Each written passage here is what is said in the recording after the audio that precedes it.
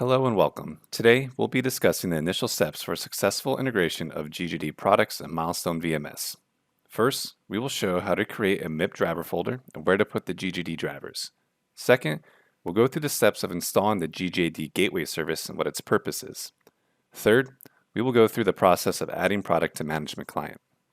Please note that during the time and creation of this video, the MIP driver folder is not automatically created and must be done manually.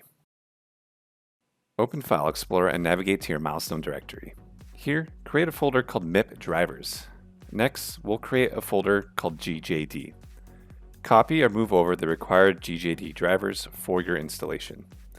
Once completed, it should look similar to this. Note the file path here and make sure yours looks similar.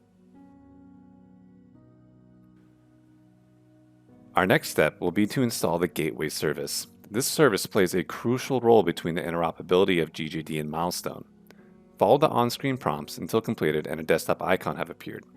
Double-click the service icon and a web page will open for you, showing the address of localhost 5000.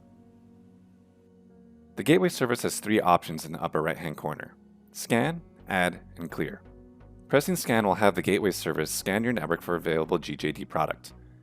If your network topology is set up in a way that Scan isn't picking up your product, use the Add button to do so manually.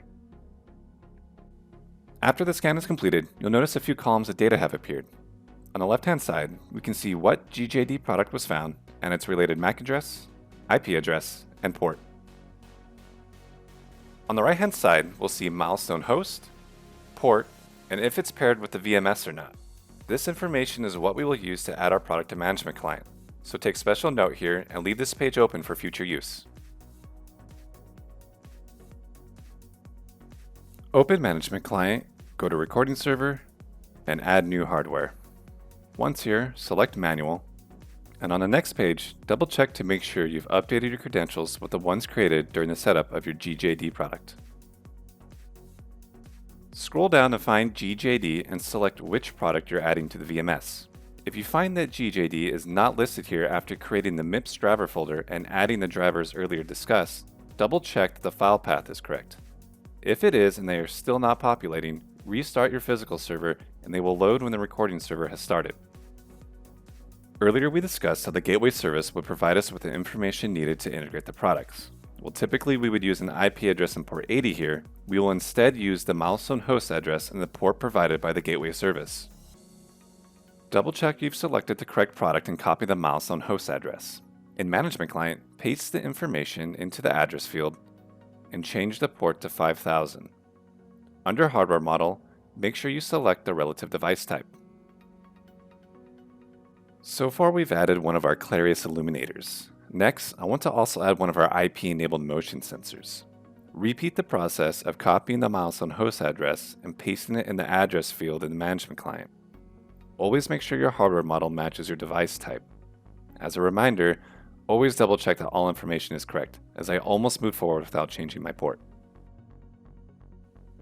Should everything be correct in the previous steps, Milestone will detect the newly added hardware and collect device-specific information for each product. Here we can see the populated devices and have the option to enable or disable certain features of them. For best practices, we will check the tick boxes and select input and output, so all available features of the devices may be used. At this point, we have achieved getting our GJD product connected to Milestone. These next steps come down to personal choice and may be adjusted to suit your style or project requirements. I'm going to create a folder called All Inputs and another one called All Outputs, as I find separating them under the devices tree easier. On the left-hand side of the management client, select Input under Devices. Right-click and add a new device group. We'll name the first one Detect Inputs. Afterwards, create another one named Clarius Inputs.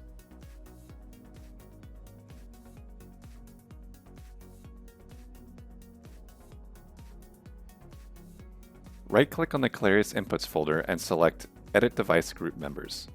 Expand the All Inputs folder and shift-click the Clarius Inputs available and add them over. I'm going to replicate this process on my Detect motion sensor as well.